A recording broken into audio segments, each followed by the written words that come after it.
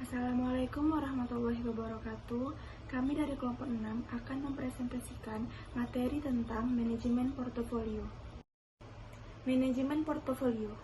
Manajemen portofolio adalah suatu proses yang dilakukan oleh investor untuk mengatur uangnya yang diinvestasikan dalam bentuk portofolio yang dibuatnya. Proses manajemen portofolio yang diusulkan oleh CFA dapat dibagi menjadi 3 bagian utama, yaitu perencanaan, eksekusi, dan umpan balik.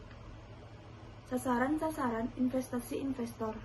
Terdapat perbedaan-perbedaan yang cukup signifikan antara investor individual dengan investor institusional. Preferensi risiko investor.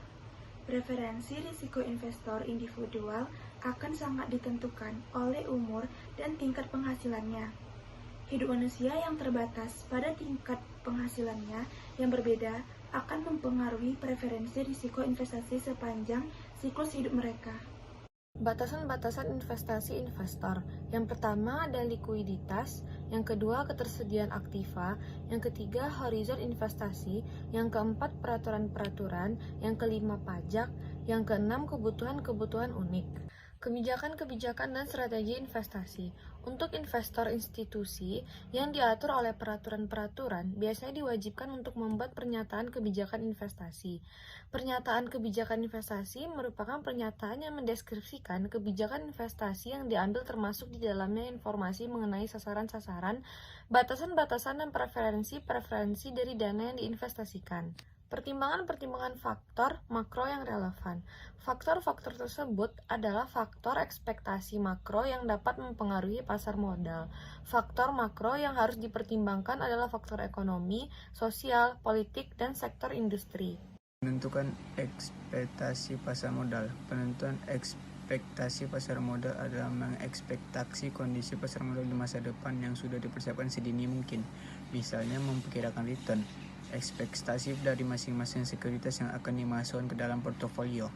Eksekusi portofolio.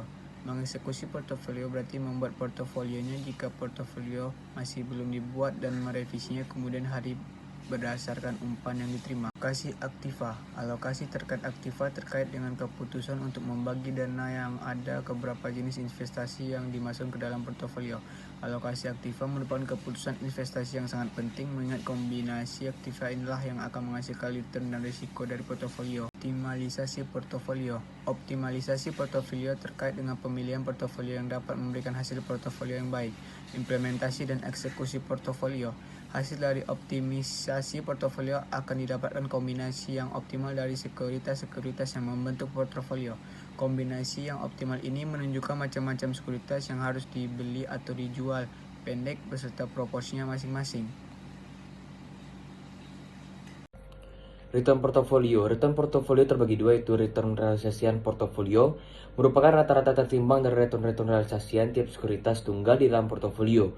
Yang kedua, return ekspektasian portofolio merupakan rata-rata tertimbang dari return ekspektasian tiap sekuritas tunggal dalam portofolio.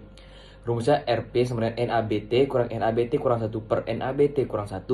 Penjelasannya R yaitu return portofolio, NAB nilai aktiva bersih yang merupakan nilai portofolio periode sekarang, atau T NAB sama dengan nilai aktiva bersih yang merupakan nilai portofolio periode yang lalu.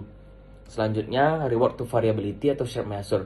Ukuran yang digunakan untuk mengukur kelebihan pengambilan atas premi risiko per unit deviasi dalam aset investasi atau strategi perdagangan. Rumusnya nanti dapat dilihat di slide. Penjelasannya itu RFAR, reward to variability atau pengukur Sharpe, TRP rata-rata return total portofolio dalam periode tertentu, RBR rata-rata return aktiva bebas risiko dalam periode tertentu, AR variabilitas yang diukur dengan standar deviasi dari return portofolio dalam periode tertentu, TRP sama kurang RBR yaitu return lebih portofolio. Selanjutnya reward to volatility atau tenor measure.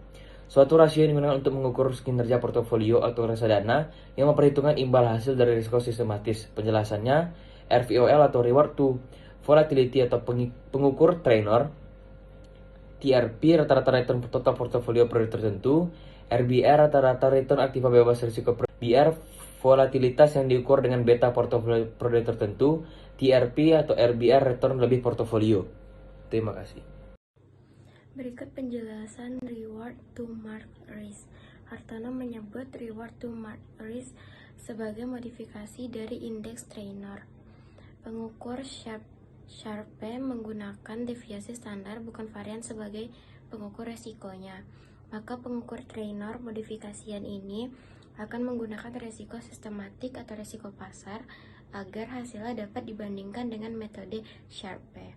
Berikut rumus dari reward to market risk. Selanjutnya, Jensen's alpha, return atau imbal hasil yang dihasilkan instrumen investasi tertentu apakah lebih besar atau lebih kecil dibandingkan dengan return yang ditawarkan oleh aset bebas risiko plus return yang diharapkan oleh investor atas risiko pasar yang melekat pada instrumen investasi. Di situ ada cara atau rumus dari Jensen alpha. Berikut adalah contoh rumus dari reward to diversification. Slide selanjutnya yaitu pengukur M kuadrat. Berikut adalah rumus untuk mengukur M kuadrat. Jika digambarkan, nilai M kuadrat adalah sebagai berikut ini. Slide selanjutnya adalah rasio informasi.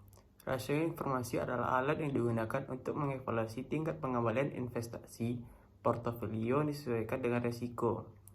Berikut adalah rumus untuk mencari rasio informasi. Baiklah, sekian video pembelajaran dari kami. Semoga bermanfaat bagi kita semua. Assalamualaikum warahmatullahi wabarakatuh.